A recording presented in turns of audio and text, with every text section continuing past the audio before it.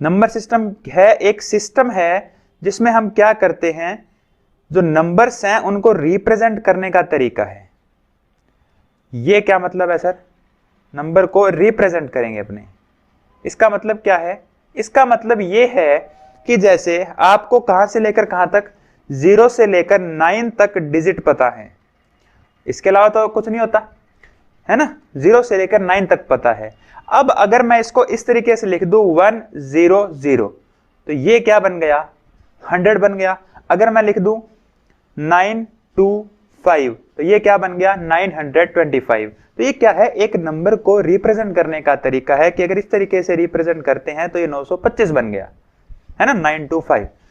अब जिनके पास कंप्यूटर थी उनको पता होगा, और नहीं भी थी तो मैं आपको बता दूं कि जैसे एक तरीका और होता है, आपके काम का नहीं है, लेकिन एक जैसे तरीका होता है बाइनरी सिस्टम होता है। तो बाइनरी सिस्टम में क्या करते हैं, उसमें 2 ही डिजिट होती है, 0 1 0 0 ऐसे करके, इस तरीके से कुछ सिस्टम होता है। तो हर के अपने अपने सिस्टम हैं जो हम पढ़ते हैं, उसमें हम 0 से लेकर और 9 तक की डिजिट्स पढ़ते हैं और उन्हें हम रिप्रेजेंट करते हैं किस तरीके से। जैसे 925 लिखा तो उसका मतलब क्या है? 925। तो ये क्या है? हमारा नंबर सिस्टम है।